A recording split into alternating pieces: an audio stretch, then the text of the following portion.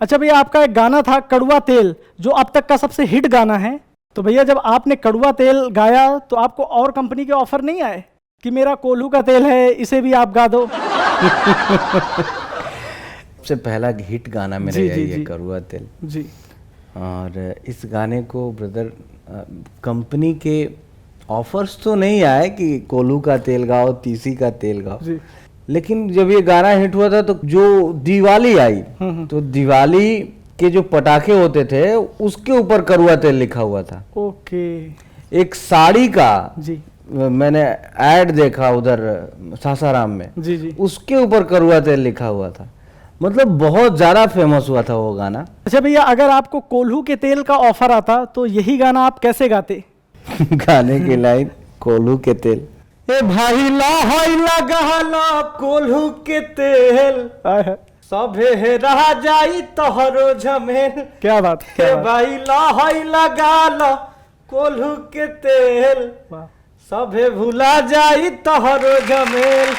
भैया मैंने सुना है कि आप पहले दुकानदारों से सेटिंग करके रखते थे कि जब लोग उनके पास गाना डलवाने आए तो आप वायरस की तरह ये गाना भी डाल देना। तो लोग कहते नहीं थे कि यार हम तो लहंगा उठा दे रिमोट से डलवाने आए थे और आपने ये कड़वा तेल कहाँ से डाल दिया? कभी ऐसा हुआ? वो डाउनलोडिंग केंद्र वाले जाने। अच्छा। लेकिन ये था कि उस समय जब ये गाना आया था जी, तो YouTube इतने प्रचलन में नहीं था। बिल्कुल। और लोग डाउनलोडिंग केंद्र होते थे हमारे जी, जी, यूपी बिहार में, जहाँ पे लोग लेके जाते थे अपना चिप। तो मैंने सोचा कि हर जगह गाना पहुंचेगा कैसे। उसके लिए हम लोगों ने एक मैजिक को हायर किया। हायर करने के बाद उसके ऊपर साउंड बॉक्स बांधे, नीचे होंडा रखा जी, और बड़े बड़े पोस्टर बनवाए। और मैं बता रहा हूँ भाई कि यूपी बिहार का कोई ऐसा शहर नहीं बचा होगा जी, जहाँ पे हम लोग ना गए ना हो, जी जी पोस्टर न मारे हों जी, और अपने गानों को डाउनलोडिंग केंद्र वालों को दिए ना हो।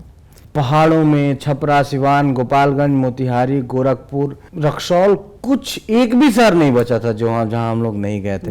और गाना भी अच्छा था तो लोगों को पसंद आने लगा। धीरे धीरे धीरे धीरे चारों तरफ छा गया। भैया आप हमारे शो पे पहली बार आए हैं और पीवा के पहले अगर ना हुआ तो देखिए, इस गाने को सुनने से पहले समझना होगा कि ये गाना है क्या। जी। एक लड़की है जी, उसका बॉयफ्रेंड उसको एक मोबाइल गिफ्ट किया होता है जी।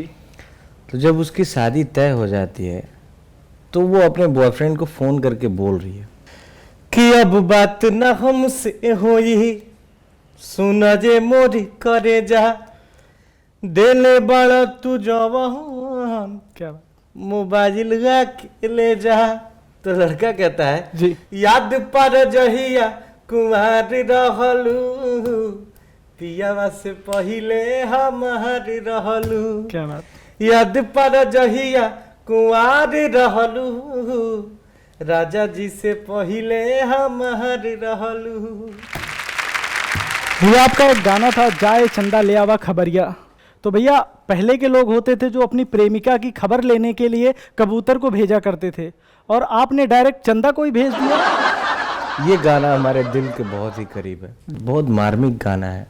और ये गाना एक पति अपने पत्नी के लिए भी कह सकता है, बॉयफ्रेंड अपने गर्लफ्रेंड के लिए कह सकता है, ये गाना एक बेटा अपने माँ के लिए भी कह सकता है। एक हमारे प्रशंसक ने जी, उसकी माँ स्वर्ग सिधार जाती हैं, फिर वो गाना स्कूल में कैसे गाया, मैं सुन के रो दिया।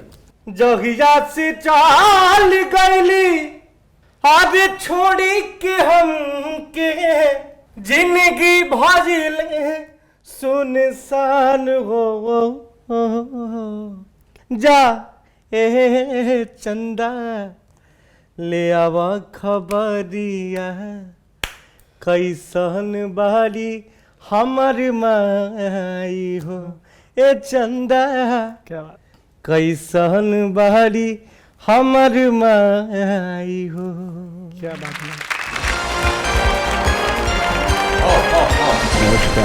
नमस्कार देवियों सज्जनों, स्वागत है आपका हमारे इस अद्भुत खेल में जिसका नाम है। अरे सर एक मिनट, ये आपका गेम शो नहीं है, हमारा प्लेटफॉर्म शो है। देखिए महाशय, ये प्लेटफॉर्म किसी के बाप का नहीं है, समझे। और रही बात मेरी, तो रिश्ते में हम तुम्हारे बाप लगते लेकिन नाम है शहंशाह, समझे। देखिए सर, आप इंडस्ट्री के बड़े सेलिब्रिटी स्टार हैं, अब आपको मैं यहाँ से भगाते हुए अच्छा तो नहीं लगता। आप यहाँ से खुद जाएंगे या मुझे सिक्योरिटी गार्ड को बुलाना पड़ेगा? देखो, सिक्योरिटी की बात भी कौन कर रहा है? जिसके खुद के चौल की सिक्योरिटी जमा नहीं है, ये हमें सिक्योरिटी समझाएगा। एक लफा मारूंगा, सारी बदतमीजी नीचे गिराएगी, समझे? अरे सर, आप इतना क्यों गर्म हो रहे हैं? आपके लिए ठंडा ऑर्डर किया है, आप पीजिए, थोड़ा आनंद लीजिए। ठंडा ठंडा कूल कूल। देखिए, ठंडे का मैं प्रचार नहीं करता, समझे? अगर मंगाना ही है तो 2 बूंद जिंदगी का मंगाइए, देश को पोलियो मुक्त कराइए। दरअसल पोलियो की बूंदों की ऐसी आदत हो गई है कि घर पे भी कोई मेहमान जैसे कि आप आ जाए तो मैं चाय या कॉफी नहीं पूछता है, सीधा 2 बूंद जिंदगी का पिला देता है। अरे सर सुनिए तो, आज हमारे यहाँ भोजपुरी के सुपरस्टार आए हुए हैं, आइए इनसे कुछ बात कीजिए। देखिए, ऐसे इंटरव्यू तो हमने भी बहुत लिया है, लेकिन तुम्हारी तरह ये जो 10-10 मिनट के इंटरव्यू है, ऐसे न जाने कितना हमारे मोबाइल फोन में रख कर डिलीट करते हो, समझे आप? सर आप वो जो समझ रहे हैं ना, वो इंटरव्यू नहीं, वो कुछ और है, ध्यान से देखिए। मैं आपके इंटरव्यू के चक्कर में अपना समय व्यर्थ नहीं करना चाहता। मैं यहाँ रितेश जी से बात करने आया, समझे? रितेश जी, कम से कम हाथ तो मिला दीजिए। आए, क्या बात है, ओरिजिनल है। रितेश जी, मैं आपकी आगामी फिल्म के लिए बहुत बहुत शुभकामनाएं। Thank you sir. आपकी आने वाली फिल्म हाउसफुल हो, सॉरी हाउसफुल 4 हो, क्योंकि मैंने सुना है कि आपके साथ अक्षय, कृति, बॉबी, जॉनी, यहाँ तक कि चिंकी पांडे ने भी बहुत अच्छा काम किया है। बहुत बहुत शुभकामनाएं यार। सर ये देशमुख वाले रितेश नहीं, ये पांडे वाले रितेश हैं। कैसा रहा मेरा मजाक? आए कभी कभी हम भी थोड़ा बहुत मजाक कर लेते हैं। आए, खैर छोड़िए, हंसी मजाक तो चलता रहेगा। वैसे रितेश जी, काफी नाम सुना है मैंने आपका, वैसे करते क्या है आप? सर आप इन्हें नहीं जानते, ये singer, actor, dancer, choreographer, producer, director, ये सब कुछ मिलाकर भोजपुरी के सुपरस्टार हैं। बहुत ही उम्दा ख्याल है आपका। आए, वैसे आप चाहते तो सीधे सीधे भी कह सकते थे कि ये अपने आप में ही चलती फिरती फैक्ट्री है भोजपुरी फिल्मों के। आए देखिए भुसावल के बच्चन साहब, आप यहाँ करने क्या आए हैं? भुसावल के बच्चन। देखिए रितेश जी, मैं आपका बहुत बड़ा फैन हूँ और आपको फिल्म के लिए साइन करना चाहता हूँ। फिल्म? ये 2 टके का होस्ट मुझे बात बात पे टोकता है। अब बोल बहन के पकौड़े। तो रितेश जी, हम आपके बहुत बड़े फैन हैं जी। आप तो जानते हैं कि हम एक अद्भुत प्रचलित कर देने वाला मनोरंजन से भरपूर खेल खिलाते हैं और जीतने वालों को हम अपने औकात के हिसाब से पुरस्कृत करते हैं, समझे चापरकांडियों? सर आप कैरेक्टर से बाहर निकल रहे हैं। देखिए, आप बीच बीच में ऐसे टोकते रहेंगे तो हम अपने आपे से भी बाहर निकल सकते हैं, समझे? तो और विलंब न करते हुए बढ़ते हैं हम अपने खेल की तरफ, जिसका नाम है कौन बनाएगा चाय। सर चाय कौन बनाएगा? यही तो हम आपसे पूछ रहे हैं फूचड़ी के, कौन बनाएगा चाय? कौन बनाएगा चाय? क्योंकि ऐश्वर्या जी गई हैं कुर्ला टर्मिनस जय जी को भोपाल पैसेंजर में बिठाने के लिए, तो ऐसे में कौन बनाएगा चाय? बनाएगा चाय। खेल को जीतने वालों को मिलेगा मौका मेरे लिए चाय बनाने का। तो पंचकोटि महामुनि, लेट्स गो, KBC, यानी कि कौन बनाएगा चाय? लेकिन बच्चन साहब, आप हमारे आदरणीय हैं और आप हमसे चाय बनवाएंगे? ठीक है, तो आप कॉफी बना लेना। हम अपने खेल का नाम बदलकर कौन बनाएगा कॉफी कर देते हैं। तो चलिए बढ़ते हैं हम अपने खेल की तरफ। तो पहला सवाल आपके कंप्यूटर स्क्रीन पे जो नहीं है, क्योंकि हमारे पास कंप्यूटर ही नहीं है, तो पहला सवाल यह रहा मेरे मुंह में।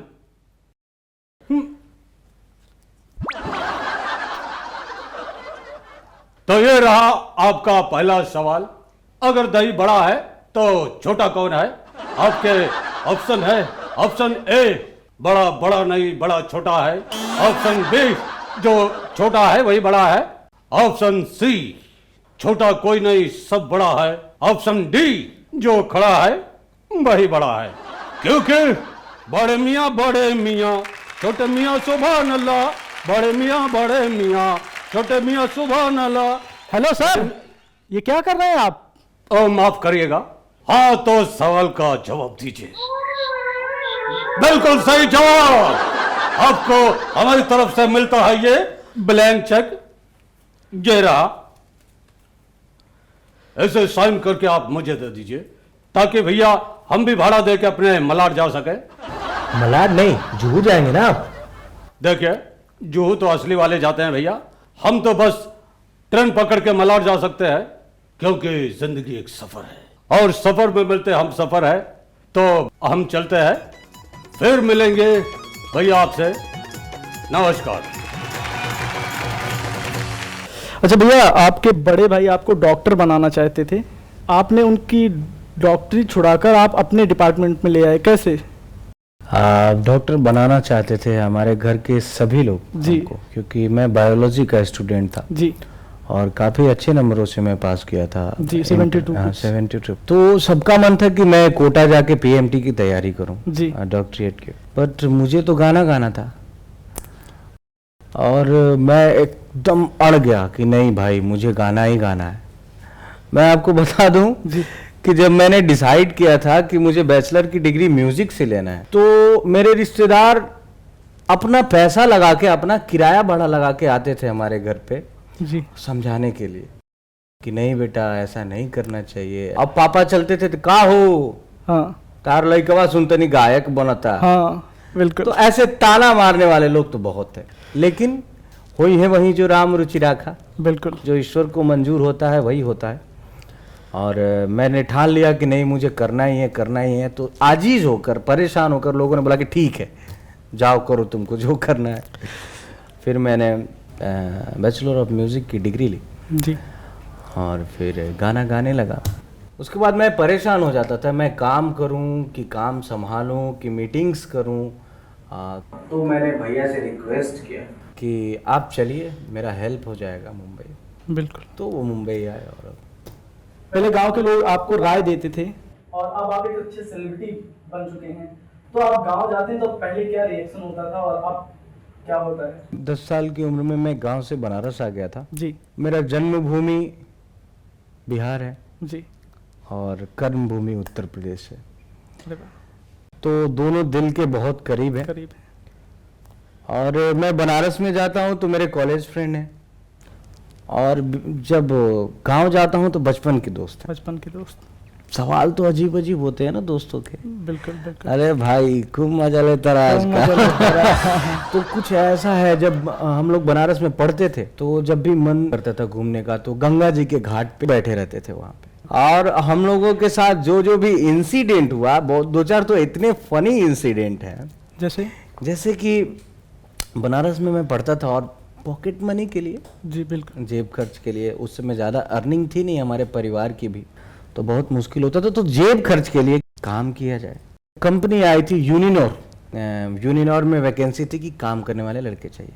हम लोग गए, तो प्रमोट करना है यूनिनोर को, नई नई कंपनी है, लोगों के बीच में ले जाइए, पर्चे बांटिए कि ये कंपनी आई है। वहां तक तो ठीक था जी। जब हम लोग निकलने लगे तो कार्टून का इतना बड़ा आगे लटका दिया, पीछे लटका दिया, यूनिनोर लिखा हुआ। जी। मैं बोला कि यार पर्चे बांटने तक तो ठीक थी, ये अब यूनिनोर का पहन के घूमना ये अच्छा नहीं लग रहा है। तो कुछ दूर तक तो मैं लगा के गया, उसके बाद निकाल दिया। 120 रुपए पे बात हुई थी। अच्छा जी। जब शाम को पेमेंट लेने पहुंचे तो 100 रुपये ही दे रहा है। मैंने बोला कि भाई क्यों, हम लोगों ने दिन भर काम किया, आप जाके देख लीजिए। बोला कि बेटा मैंने देखा तुम वो निकाल दिए थे जो दिया था हमने पहनने के लिए, वो तुमने निकाल दिया था, इसलिए तुम्हारे 20 रुपए कट। फिर हम लोग गए, चुनाव था। जी जी। चुनाव में जो पहाड़ी इलाके, वहाँ के ऊपर जितने भी गांव थे, हम लोगों को एक एक कैमरा दिया गया और बोला गया कि पोलिंग बूथ पे फोटो खींच के देना है एनजीओ को। हम लोग चले गए रात के 1 बजे, हम लोगों को पोलिंग बूथ पे एक एक लोग को उतारा गया सारे। तो हम लोग 6 दोस्त गए थे। अच्छा। 6 लोग 6 पोलिंग बूथ पे। हम लोग वोटिंग स्टार्ट हुई तो 11 या 12 बजे फोन आया कि अबे यार पुलिस पकड़ रही है। बोल रही है कि यार तुम लोग आतंकवादी हो, कि प्रशासन को सूचना ही नहीं है, तुम लोग कहाँ से हो? और पोलिंग बूथ में जाके फोटो खींच रहे हो। अब तो सबके हाथ पांव लगे फूलने, उधर से सबको पीछे से पुलिस पकड़ते हुए आ रही थी। तो हमारा एक दोस्त था सोनू, उसको जब पकड़ी तो जो वो आके बता रहा था तो इतना फनी था। वो बोल रहा था पुलिस वालों से कि ए चच्चा छोड़ दो चच्चा, हमार परसों गौना हो छोड़ दो चच्चा।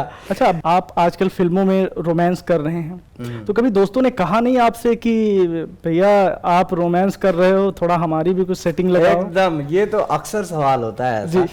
कि गुरु खूब मजा ले, सुबह कबो फोटो वोटो खिंचावा हम लोग के। बिल्कुल बिल्कुल ऐसा होता है। भैया आपने दर्द की दवाई पे तो गाना बना दिया, लेकिन जिसको पथरी है वो आपका गाना सुन के कैसे बाहर निकाले? देखिए, पथरी जिसको होता है उसको भी दर्द होता है, जी। तो पथरी तो ठीक नहीं होगा, बट हमारे गाने सुने हम्म।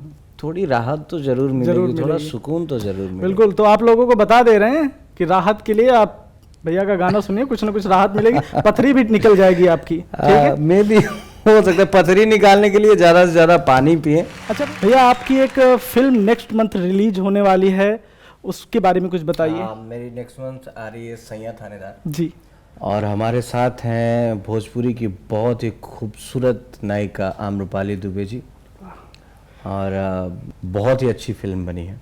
जब सिनेमा हॉल से पब्लिक निकलेंगी जी जी, तो यही कहेंगे कि पैसा वसूल। पैसा वसूल।